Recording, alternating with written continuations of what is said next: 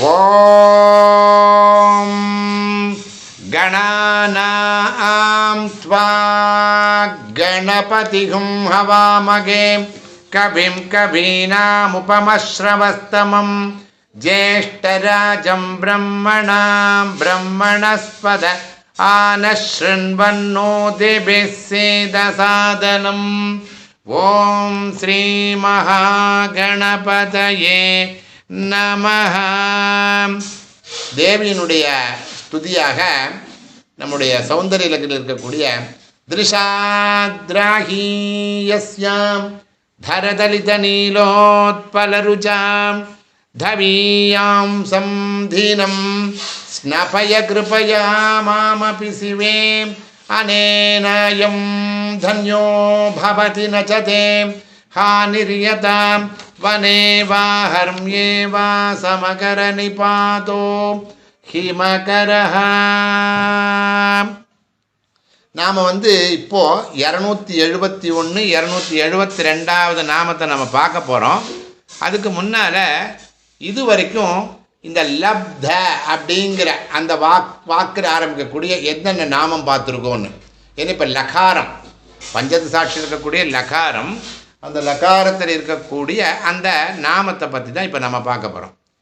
முதல்ல 261 பார்த்தா லகாரிண்யை நமக, லப்த ரூபாயை நமக, லப்த தியே நமக, லப்த வாஞ்சிதாயை நமக, லப்த பாப மனோதூராயை நமக, லப்தாஹங்கார துர்கமாயை நமக, லப்த சக்தியை நமக, லப்த தேகாயை நமக, லப்த ஐஸ்வர்ய சமுன்னத்தியை நமக, லப்த விருத்தையே நமக, லப்த லீலாயை நமக, லப்த யௌவன ஷாலின்யை நமக.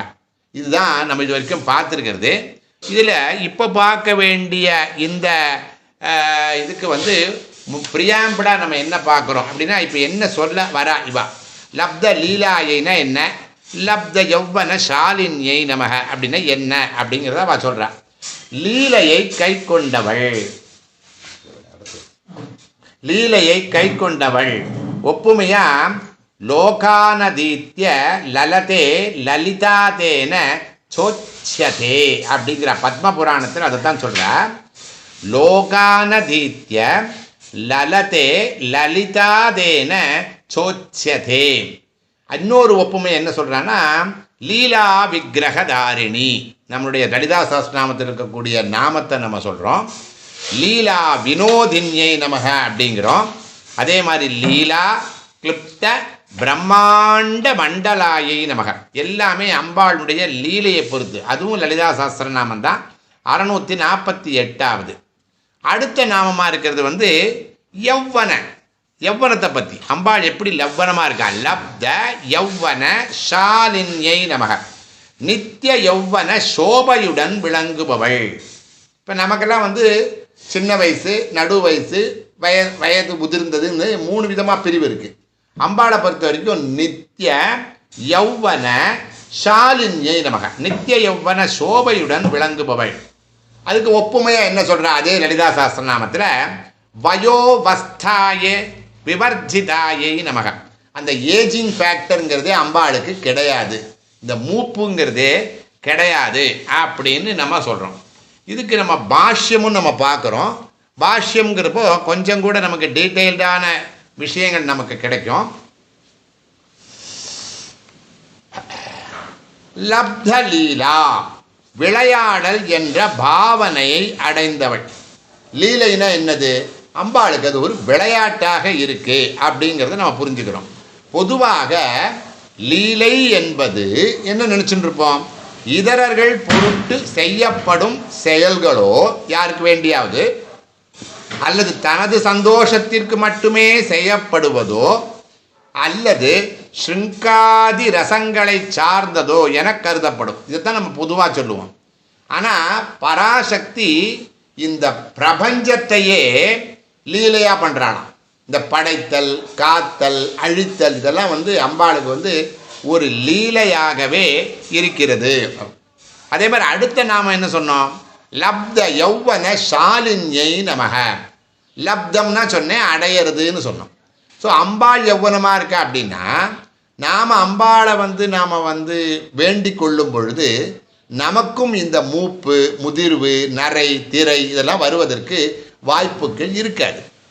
பிறப்பு, வளர்தல், குறைதல், நாசம் என்ற விகாரங்களற்று என்றுமே இளமையாக இருக்கக்கூடிய நித்திய யௌவன பாவத்துடன் இருக்கக்கூடியவள் அந்த அம்பிகை. அம்பிகைக்கு சரீரம் கிடையாது. நாம் சரீரத்தை வச்சு நம்மளுடைய பக்திக்காக பண்ணிட்டு இருக்கோம். ஆனால் அம்பாளை பொறுத்த வரைக்கும் சரீரம் இல்லாததால் அந்த விகாரங்கள் இல்லை. அந்த ஏஜிங்கிறதே கிடையாது, வயதான தோற்றங்கிறதோ இளமைங்கிறது. ஸோ எப்போவுமே அனாதி காலமாக அம்பாள் யௌவனமாக தான் இருக்கா அப்படிங்கிறது தான் இதனுடைய அர்த்தமாக நம்ம பார்க்குறோம்.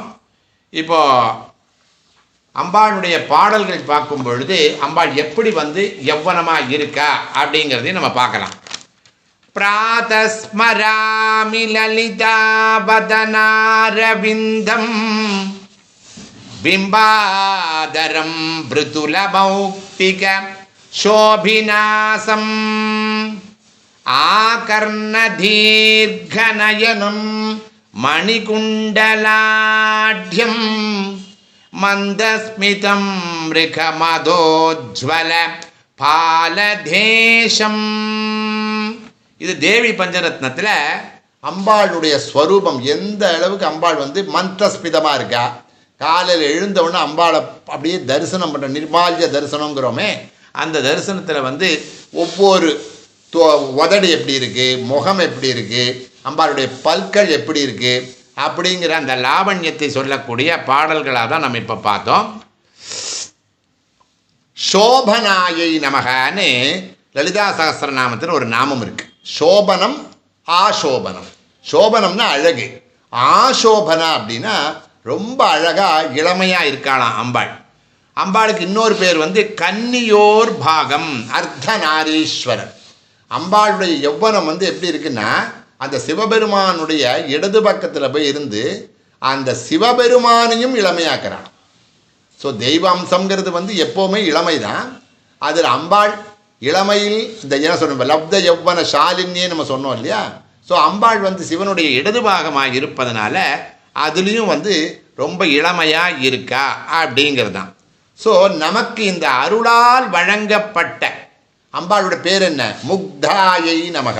முக்தாயைனா நல்ல லாவண்யமுடையவள். அந்த முக்தாவாக விளக்கக்கூடிய அந்த அம்பிகை அவளுடைய அருளால் வழங்கப்பட்ட இந்த ஐம்புலன்கள் இருக்கு இல்லையா, நமக்கு கிடைச்ச இந்த ஐம்புலன்கள் அனைத்தையுமே அவள் அருளாலே தினமே அவளை நினச்சி அடக்கி செய்வது எல்லாமே. அதனால் ஒரு காரியம் செய்யணும் வச்சுக்கோங்க. இந்த ஐம்புலன்களை ஒரு கண்ட்ரோலில் வச்சு ஒரு காரியத்தை செஞ்சால் அதுக்கு பேர் புண்ணியம்னு அர்த்தமா. அந்த ஐம்புலன்களுடைய வழியில் நாம் அடங்கி போய் நாம் செய்யும் செயல்கள் பாவங்கள் என கூறலாம். ஸோ புண்ணியம்னா என்ன, பாவம்னா என்னங்கிறதுக்கு ஒரு ப்ராட் டெஃபனிஷன் என்னென்னா, ஐம்புலன்களை அடக்கி அவள் அருளால் செய்யக்கூடிய காரியங்கள் செயல்கள் எல்லாமே புண்ணியம். ஐம்புலன்களுடைய வசத்துக்கு நாம் போய் நாம் செய்யக்கூடிய செயல்கள் எல்லாமே பாவமாகத்தான் முடியும் அப்படிங்கிறது தான் இந்த இடத்துல உள்ள அர்த்தம். இதுக்கு 4வது திருமுறையில் இருக்கக்கூடிய 44வது பதிகத்தில் 2வது பாட்டு என்ன சொல்கிறான்னா, இந்த அம்பாள் இருக்காளே அம்பாள், அவளுடைய இந்த யௌவன சாலினியாக இருக்கக்கூடிய அந்த அம்பிகை நமக்கு ஒரு சரீரம் கொடுத்துருக்கா, ஒரு தேகம் கொடுத்துருக்கா. அது எப்படிப்பட்ட குளம்? ஒரு முழம் உள்ள குட்டம். குட்டம்னா குளம்னு அர்த்தம். ஒரு முழம் உள்ள குட்டம் 9 துளையுடைத்தாய். அதில் 9 விதமான ஓட்டைகள் இருக்கு. அரை முழம் அதன் அகலம், அதனில் வாழ் முதலை 5. இந்த சின்ன குளத்துக்குள்ள 5 விதமான முதலைகள், அதான் ஐம்பொறிகளை தான் அப்படி சொல்கிறான். இதுக்குள்ள நாம் என்ன பண்ணுறோம்? உழன்று துயர்பட்டு கிடந்து அலமுற்று. அலமுற்றுங்கிற ஒரு பிரயோகம் உண்டு. ஒன்றுன்னா என்ன செய்யறதுன்னு தெரியாமல் இருக்கிறதுக்கு பேர் அலமுற்று பலகாலும் பிதற்றி கொண்டிருக்கிறோம். என்ன செய்யறதுன்னு தெரியாமல் ஆனால் நமக்கு தெரியும் இந்த ஒரு முழம் உள்ள குட்டம் 9 துளை, அரை முழம்தான் அதனுடைய அகலம். இதில் இருந்து நம்ம வாழ்ந்தும் ஆகணும். ஸோ அங்கே யாரை பார்க்கணும்? அந்த சுமுகி. அம்பாளுக்கு பேர் என்ன? சுமுகின்னா ரொம்ப அழகான முகமுடையவள். ஏன்னா நம்ம எதை பற்றி பேசின்னு இருக்கோம்? அவளுடைய யௌவனத்தை பற்றி பேசின்னு இருக்கோம் இல்லையா? சுமுகியாக இருக்கக்கூடிய அவள் லீலையை நாம் புரிந்து கொள்ளவே வேண்டியது. ஏன்னா அவள் லப்த லீலாயை நமக. அவளுடைய லீலையை நம்ம புரிஞ்சுட்டோம்னா நாம் என்ன செய்யணும்னு நமக்கு தெரியும். ஆனால் லீலை நமக்கு புரியாது. அப்படிப்பட்ட அந்த அம்பிகை நிலையிலா நெஞ்சம் தன்னுள் நிலவாத புலால் உடம்பே புகுந்து நின்ற கற்பகமே. இது 6வது திருமுறையில் இருக்கக்கூடிய 95வது பதிகம். நிலையிலா நெஞ்சம் தன்னுள் நிலவாத புலால் உடம்பே புகுந்து நின்ற கற்பகமே. அந்த அம்பிகை, அந்த இறைவ அருள் நம்மகிட்ட உட்கார்ந்துருக்கு. நீயும் என் நெஞ்சின் உள்ளே நிலாவினாய் நிலாவி நிற்க நீ அருள் செய்வாயே. அந்த புலால் உடம்பு, அந்த 9 துளையை உடைய அந்த உடம்பிற்குள் அம்பிகையானவள் இருந்து விட்டாளானால் நமக்கு எந்த விதமான துன்பமும் கிடையாது. அதனால தான் நீயும் என் நெஞ்சின் உள்ளே நிலாவினாய் நிலாவி நிற்க நீ அருள் செய்வாயே. இது 4வது திருமுறையில் இருக்கக்கூடிய 76வது பதிகத்தில் உள்ளது.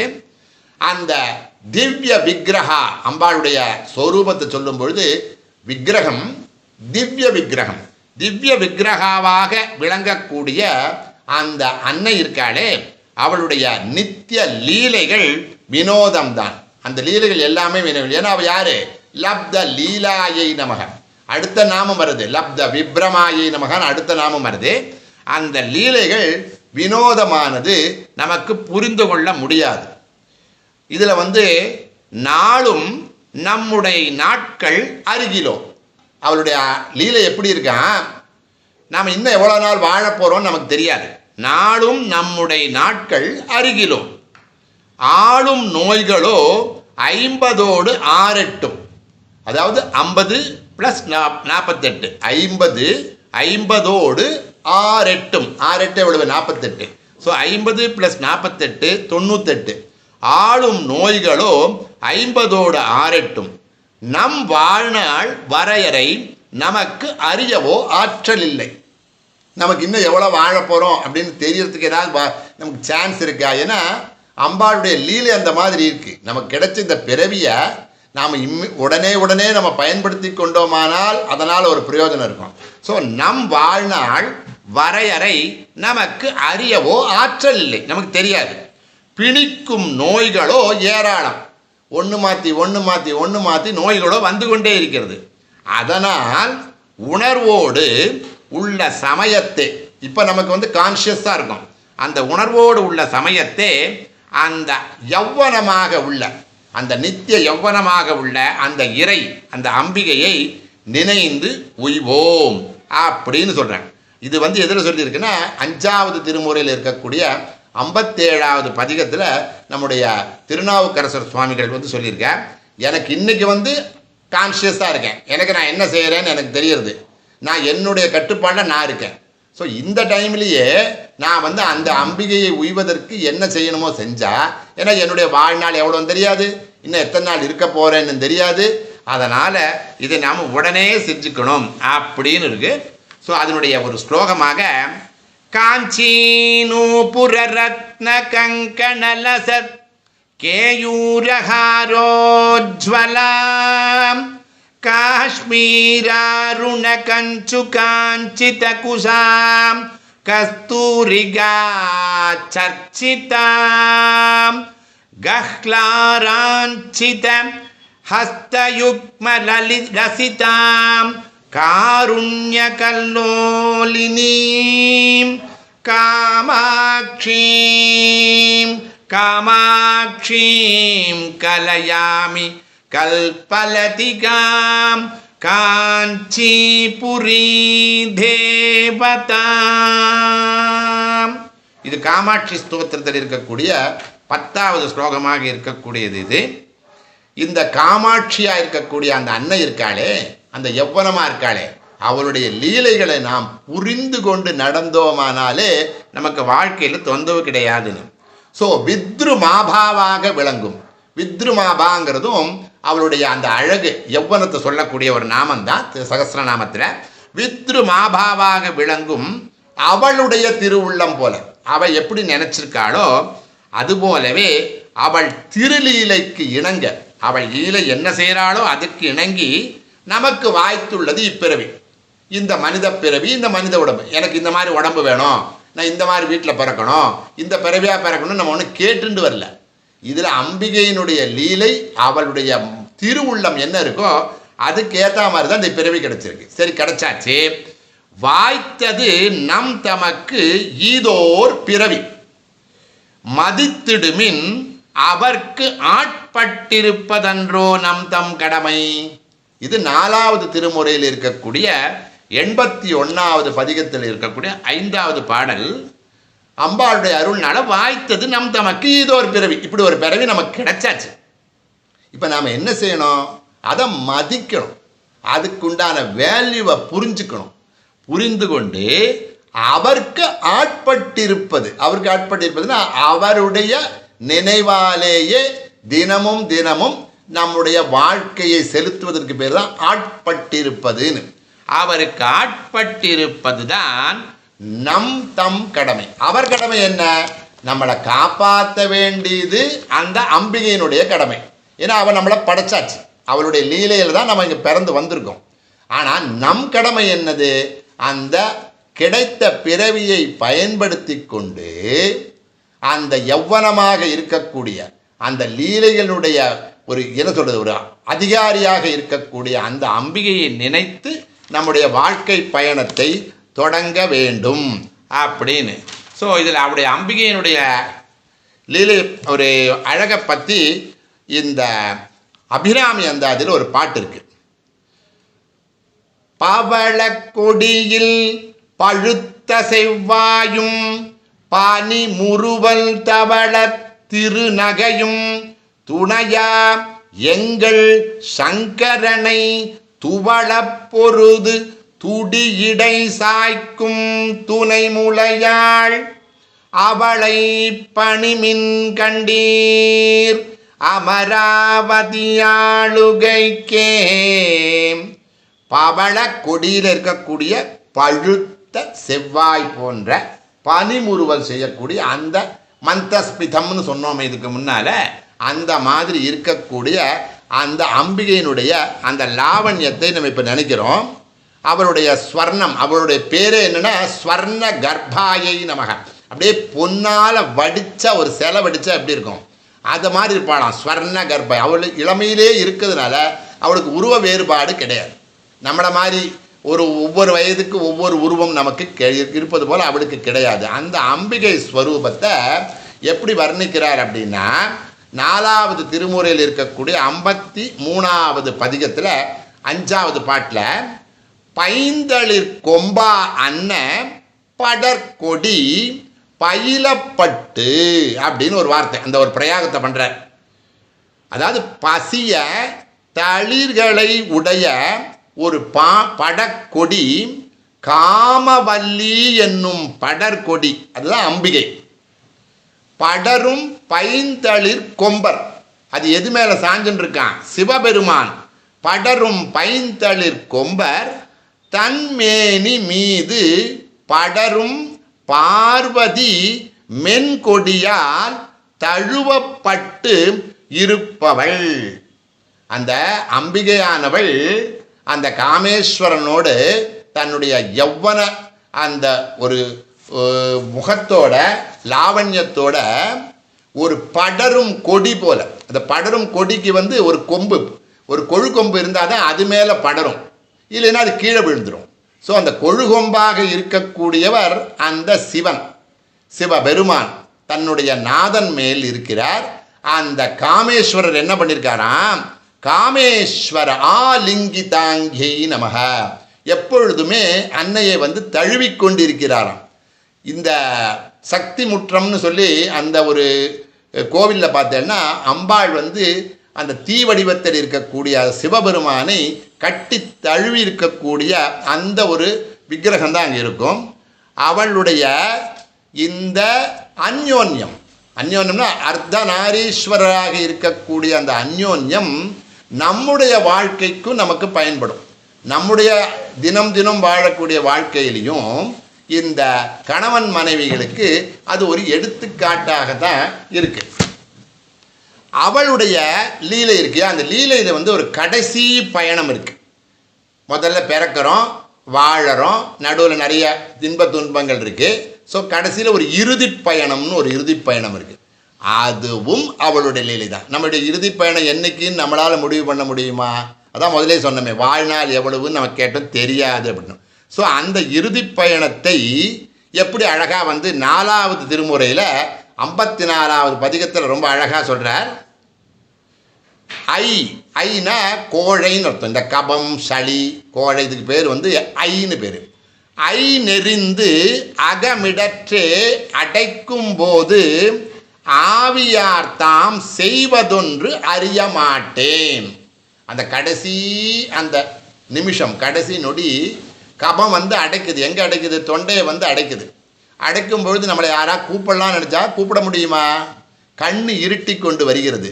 நரம்பு நாடிகள் நமக்கு வந்து தளர்ந்து கொண்டே இருக்கின்றன. அதனால் ஐ நெறிந்து அகமிடற்றே அடைக்கும் போது ஆவியார் தாம் செய்வதொன்று அறிய மாட்டேன். ஐயினால் அந்த கோழையினால் மிடறு அடைப்புண்டு ஆக்கை விட்டு இந்த உடம்பை விட்டு ஆவியார் போவதுமே. இந்த உயிரானது இந்த உடலை விட்டு போகிறதுக்கு எத்தனிக்குது. ஆனால் இந்த உடலிருந்து போகிறதுக்கு முன்னால் அவ்வளோ லேசாக போயிட முடியுமா? அதற்குண்டான ஒரு துன்புறுதல் அங்கே இருந்து கொண்டிருக்கிறது. அதை யார் அனுபவிக்கிறார்? அந்த மனிதன், அந்த உடம்பை எடுத்த மனிதன் தான் அனுபவிக்கிறான். அந்த நேரம் அந்த அம்பிகையை கூப்பிடலாமோ அல்ல இறைவனை கூப்பிடலாம்னா முடியவும் மாட்டேங்குது. ஒன்னுளே 9 வாசல் வைத்தான். 9 வாசலை வச்சிருக்க. இந்த உடம்புக்குள்ள 9 விதமான வழிகளை வைத்திருக்கிறாய். அவன் எல்லாம் என்ன ஆறுது? அந்த இறுதி பயணம், அம்பாளுடைய லீலையினுடைய இறுதி பயணம் இருக்கே, ஒக்க அடைக்கும் போது உணர மாட்டேன். வாய் இருக்கு, கண் இருக்கு, காது இருக்கு, நம்மளுடைய மலத்வாரங்கள்லாம் இருக்கு, எல்லாமே ஒரே நேரத்தில் அடைக்குது. ஸோ 1லே 9 வாசல் வைத்தாய், ஒக்க அடைக்கும் பொழுது உணரமாட்டேன். சளி கோழை கபம் நெறிந்து கழுத்து பகுதியில் அடைக்கும் பொழுது நம்ம வந்து சிந்திச்சு பார்க்கணும். இப்போ நம்ம நல்லா இருக்கிறப்பவே இதை நம்ம சிந்திச்சு பார்த்தோம்னா தெய்வத்தினுடைய நெருக்கம் நமக்கு எவ்வளோ வேணும், அணுக்கம் எவ்வளோ வேணுங்கிறத நம்ம புரிஞ்சுக்கலாம். கபம் நெறிந்து கழுத்து பகுதியில் அடைக்கும் பொழுது யாரோ நம்ம கழுத்தை பிடிச்சு அமுக்கிற மாதிரி என்னால் உன்னை உணரவே முடியாது போகும். என் உயிர் அச்சமயத்து என்ன பாடுபடுமோ, இந்த உயிரானது இந்த உடலை விட்டு போகிறதுக்கு முன்னால் என்ன பாடுபடுமோ அச்சமயத்து உன்னை தியானிக்கவோ நினைக்கவோ எதுவுமே என்னால் முடியாது. இப்பவே சொல்றாரு, என்னால் ஒன்றை நினைக்கவே முடியாது. அந்த சமயத்தில் நினைக்கவே முடியாது. அவள் நினைவாக நாம் எப்பொழுதும் இருக்க வேண்டும் என்பதுதான் இந்த தேவாரமாகட்டும் எதிலே ஆகட்டும், இதுதான் அது நம்ம பார்க்குறோம். அதற்கு அம்பிகையினுடைய ஒரு தியான ஸ்லோகமாக சங்கம் சக்கரமசிஞ்ச சர்ம தரிதம், என்ன மாதிரி நினச்சிக்கணும்னு, சங்கம் சக்கரமசிஞ்ச சர்ம தரிதம் சாபங்கதாம் சூலகம் பிப்ராணாம் வரதாபயாம் அமிர்தகடான் ரத்னௌகபாத்ரம் ததாம் பூஷாபிர் மகுடாதிபிஸ்திரிநயனாம் பீதாம்பராம் அம்பிகாம் தியாயேத் சந்திரகலாவதம்ச்ச மகுடாம் பார்ஸ்வஸ்த பஞ்சானனாம். இந்த மாதிரி ஒரு அம்பிகையினுடைய ரூபத்தை மனசில் நினச்சிட்டே இருக்கணும். அதே நினைவாக இருக்க வேண்டும். ஏன்னா இப்போ நம்ம வந்து கான்ஷியஸாக இருக்கோம். நம்ம உடம்பில் வந்து என்ன வேணால் நம்மளால் இப்போ செய்ய முடியுங்கிற ஒரு என்ன சொல்கிறது, அதுக்குண்டான எனர்ஜி லெவல் நம்மகிட்ட இருக்குது. ஆனால் இந்த உடம்பை விட்டு இந்த உயிர் செல்லும் பொழுது இதையெல்லாம் நினச்சி பார்க்க முடியுமா அப்படிங்கிறதுக்காக தான் இந்த ஸ்லோகத்தையும் நாம் இப்போ வந்து சொல்கிறோம். இதையும் நம்ம செய்து பார்க்க வேண்டும். ஸோ இறுதி காலம் என்பது எல்லோருக்குமே ஒரு நாள் இல்லைன்னா ஒரு நாள் உண்டு. ஸோ இந்த திரிசதியில் இருக்கக்கூடிய எல்லா நாமங்களையும் நாம் நினைத்து பார்க்கும் பொழுது, அதுக்காக தான் இப்போ நம்ம வந்து வகுப்பில் இதை நம்ம சொல்கிறோம். இந்த மாதிரி நினைக்கும் பொழுது அவளுடைய அருள்னால எந்த விதமான துன்பமும் இல்லாமல் நம்முடைய உயிரானது நம் உடலை விட்டு சென்று விடும் அப்படிங்கிறத இந்த நாமத்தினுடைய அர்த்தம். லப்த யவ்வனமாகவும் நம்ம எப்பவும் இருக்கலாம், லப்த லீலைகள் வந்து நமக்கு வந்து அனுசரணையாகவும் நமக்கு எப்போதும் இருக்கும். அடுத்ததாக 273 274 லப்தாதிசய சர்வாங்க சௌந்தர்யாயை நமக. எல்லாம் இப்போ சொன்ன லப்த யவ்வனம் மாதிரி தான் இதுவும். லப்த அதிசய சர்வ அங்க சௌந்தர்யாயை நமக. இந்த அபிராமி அந்த இடத்துலையும் சொல்லியிருக்கு இல்லையா, அழகுக்கு ஒருவரும் ஒவ்வாத வள்ளி. அம்பாளை சொல்லும் பொழுது அவருடைய லாவண்யத்தை சொல்லும் பொழுது அபிராமி அந்த அப்படி தான் சொல்கிறது. அடுத்த நாமமாக 274 லப்த விப்ரமாயை நமக. இப்போ நம்ம லப்த லீலாயை சொன்னோமே, அதே மாதிரி நாமம் தான் இது. லப்த விப்ரமாயை நமக. லப்த விப்ரமா அப்படின்னா இந்த குழந்தைகள்லாம் இருக்கு இல்லையா, குழந்தைகள்லாம் இந்த சொப்பை நம்ம கையில் கொடுத்தோம்னு வச்சுக்கோங்க. இந்த சொப்பு விளையாடுறதுக்கு கொடுத்தோம்னா அதை வச்சுன்னு விளையாடிகிட்டே இருக்கும். இதை தூக்கி அங்கே வைக்கும், அதை தூக்கி இங்கே வைக்கும், ஒரு வீடு மாதிரி. அந்த மாதிரி அம்பாளுக்கு குழந்தைகளுடைய விளையாட்டு போல இந்த பிரபஞ்சத்தினுடைய லீலைகள் அவள் செஞ்சுட்டு இருக்காள். ஸோ இந்த லப்த லீலாயை லப்த விப்ரமாயை வந்து நம்ம ஒரே மாதிரியே நம்ம வந்து ட்ரீட் பண்ணிக்கலாம். அதே மாதிரி லப்தாதிசய சர்வாங்க சௌந்தர்யாயும் லப்த யவ்வன ஷாலினியை நமகவும் ஒரே மாதிரி நாமங்களாக தான் நம்ம ரெண்டுக்கும் ஏறக்குறைய ஒரே அர்த்தம் தான். அதேனுடைய இதுதான் வரும். இப்போது இதில் வந்து அம்பாளை வந்து எப்படி நம்ம பார்க்குறோம் அப்படிங்கிறதுக்கு தான் இந்த ஒரு ஸ்லோகமும் இருக்குது. வந்தே பத்மகராம் பிரசன்னவதனாம். அம்பிகையுடைய ரூபம் எப்படி இருக்குன்னு.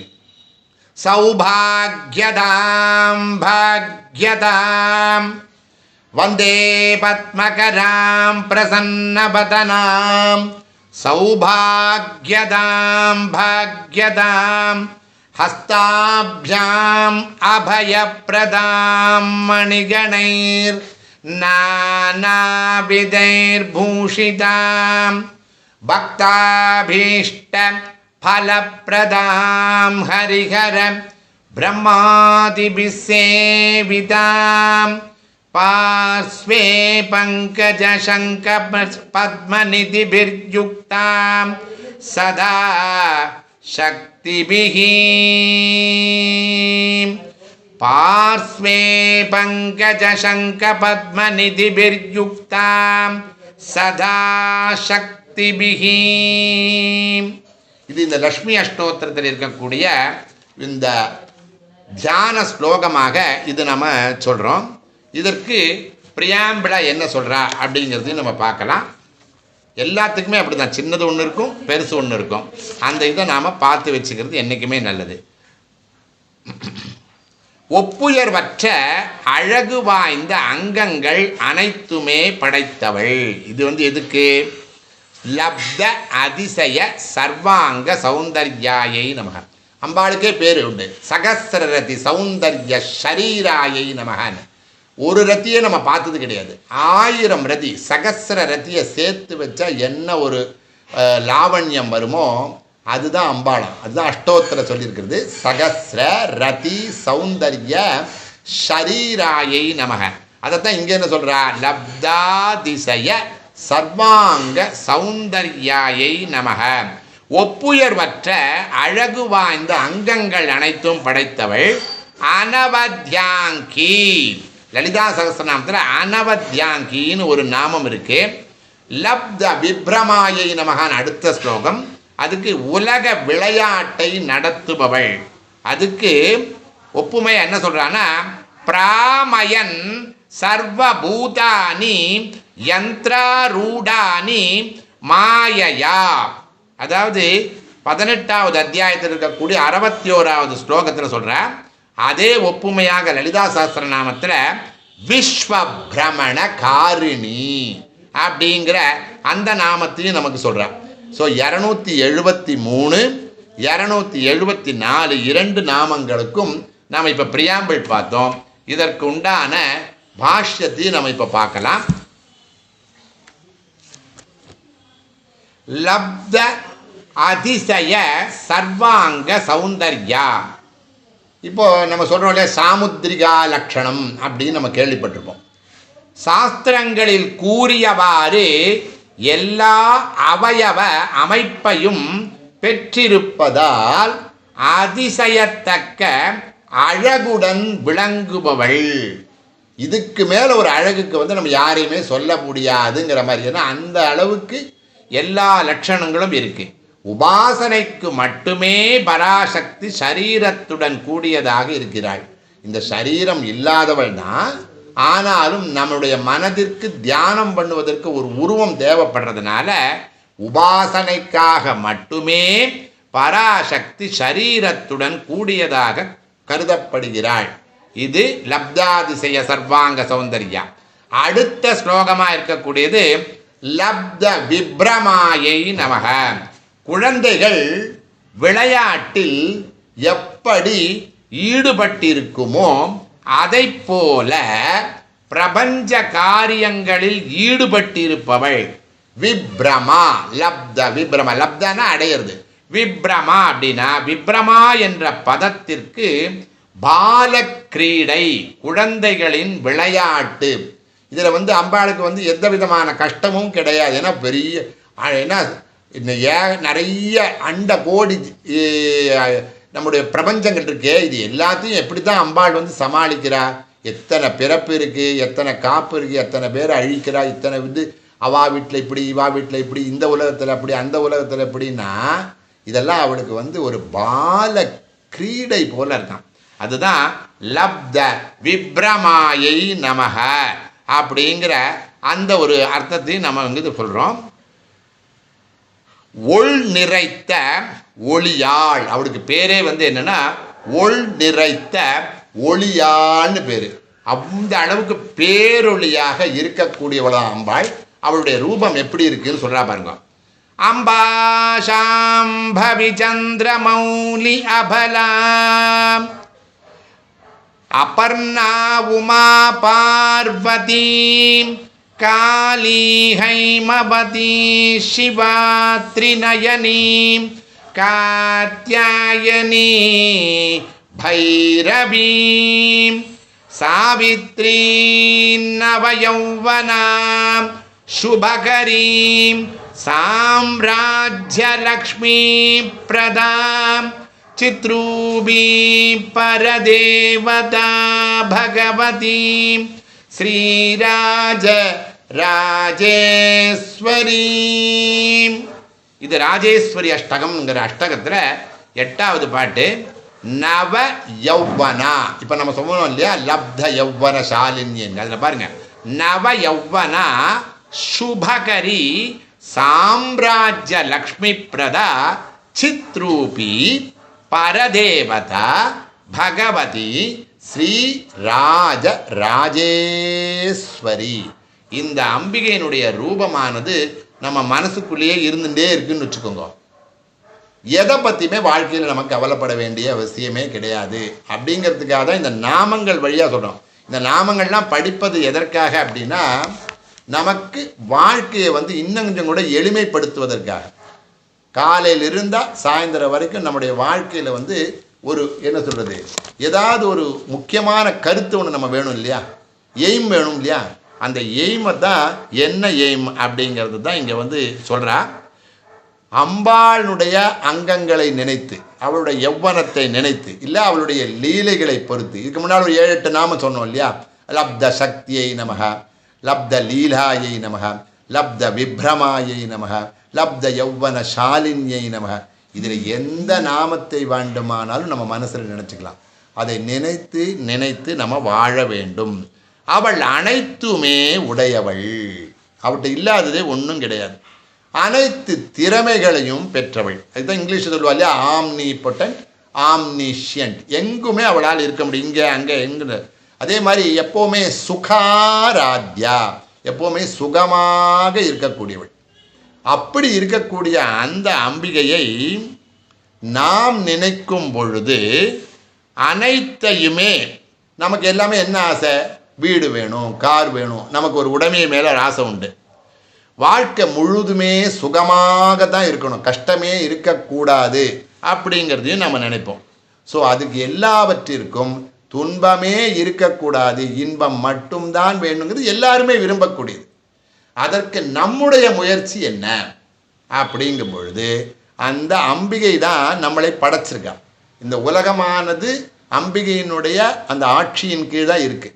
அதை உணர்ந்து நடப்பது எல்லாம் அந்த இறை அருள், இறைவனுடைய சக்தி தான் அப்படிங்கிறத புரிஞ்சுக்கிட்டோம்னா அவள் அருள் இருக்க இருக்க இந்த இம்மை மாத்திரம் கிடையாது, நாம் அடுத்து செல்லக்கூடிய மறுமைக்கும் அது நன்காக அமையும்.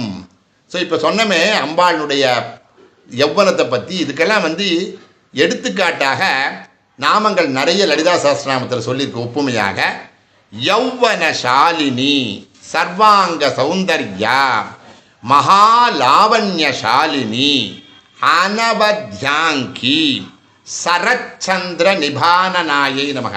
இந்த புரட்டாசி மாதம் இருக்கக்கூடிய முழு நிலவு இருக்கே அதற்கு ஈக்குவல், அதான் சரச்சந்திர. சரஸ்னா புரட்டாசி மாதம். சரச்சந்திர நிபானநாயை நமக. திரிபுர சுந்தரி, சாரு ரூபா, தேஜோவதி. நிறைய நாமம் இருக்குது. 48 நாமம் மட்டும் அம்பாளுடைய வெறும் அந்த லாவண்யத்தை சொல்வதாகத்தான் நம்முடைய லலிதா சஹஸ்ரநாமத்தில் இருக்குது. அஷ்டோத்திரத்துலேயும் நமக்கு நிறையவே இருக்குது. நான் சொன்னேன் இப்போ சகஸ்ரரதி சௌந்தர்ய ஷரீராயை நமோ நமக, திவ்ய விக்கிரகாயை நமக. ஸோ இதெல்லாம் நம்ம மனதில் நினைத்து தியானம் பண்ணுவதற்காகத்தான். அம்பாளுக்கு உடல் என்பது கிடையாது, நாம் தான் உடலை அவங்க அந்த இடத்துல ஆரோபித்து வச்சுருக்கோம். இருந்தாலும் நமக்கு தியானத்துக்கு நமக்கு வேணும் அப்படிங்கிறதுக்காக தான் வச்சுருக்கோம். இந்த அளவில் நம்முடைய இந்த நாமமாக இருக்கக்கூடிய லப்தாதிசய சர்வாங்க சௌந்தர்யா லப்த விப்ரமாவை இதோட நிறுத்திக்கலாம். அடுத்த வகுப்பில் பார்த்துக்கலாம். அன்யதா சரணம் நாஸ்தி த்வமேவ சரணம் மம தஸ்மாத் காருண்ய பாவேன ரக்ஷ ரக்ஷ மகேஸ்வரீம், ரக்ஷ ரக்ஷ மகேஸ்வரீம், ரக்ஷ ரக்ஷ மகேஸ்வரீம். ஹரி ஓம்.